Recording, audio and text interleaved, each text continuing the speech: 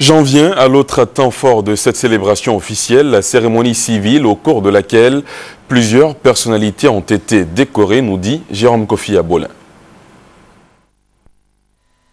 La cérémonie civile qui a constitué le deuxième et dernier temps fort de la célébration officielle des 52 ans de la Côte d'Ivoire indépendante a été marquée par la remise de plusieurs distinctions. 33 personnalités politiques et civiles ont été décorées. Les deux personnalités, Amadou Gon Coulibaly et Lassina Konaté, élevés au grade de grand officier, et les 16 au grade de commandeur, ont reçu leur distinction des mains du président de la République, Alassane Ouattara. C'est la grande chancelière, Mme Henriette Dagri-Diabaté, qui a remis aux 15 autres récipiendaires élevés au grade d'officier de l'ordre national leur décoration. Tous ces récipiendaires ont été représentés par la ministre de la Salubrité urbaine, Anne-Désirée Ouloto, en vue d'exprimer leur gratitude pour avoir reçu ces distinctions à l'occasion du 52e anniversaire de la souveraineté nationale de la Côte d'Ivoire, célébré ce mardi 7 août 2012.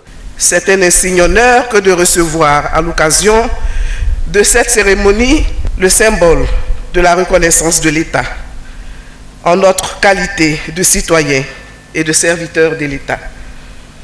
Nous voulons traduire ici toute notre fierté, mais surtout, en retour, notre infinie reconnaissance à votre Excellence, Monsieur le Président, pour avoir porté votre choix sur nos modestes personnes parmi 22 millions d'administrés.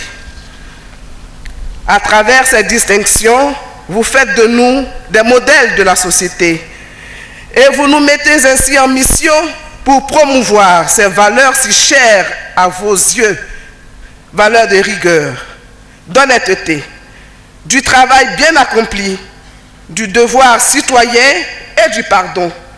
Nous prenons la parfaite mesure de cette responsabilité qui est la nôtre désormais et faisons le choix de ne point vous décevoir. Prenant la parole dans le cadre de cette cérémonie civile, la grande chancelière a tenu à féliciter le chef de l'État pour tout ce qu'il a entrepris depuis son élection pour replacer la Côte d'Ivoire dans le concert des nations après la crise qu'elle a connue. Les anciens disent que même si on n'aime pas le lièvre, on doit reconnaître qu'il court vite et bien.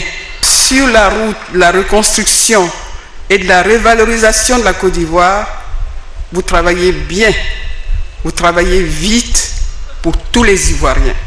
Votre dévouement pour la cause nationale, votre efficacité dans la reconstruction d'une Côte d'Ivoire plus moderne et plus ouverte, et votre politique de résultat, et votre sens du défi et du leadership, une figure concrète du mérite dont nous devons tous nous inspirer.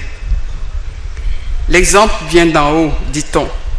Et nous avons des raisons d'espérer que les jeunes Ivoiriens se sentiront engagés à suivre votre exemple. La grande chancelière, Mme Henriette Dagri-Diabaté, a par ailleurs demandé aux Ivoiriens sans exception de s'impliquer davantage pour faire avancer la Côte d'Ivoire sous la houlette du président Alassane Ouattara. D'où son appel à la conscience et au bon sens de tous pour une Côte d'Ivoire démocratique, réconciliée et en paix à tout jamais.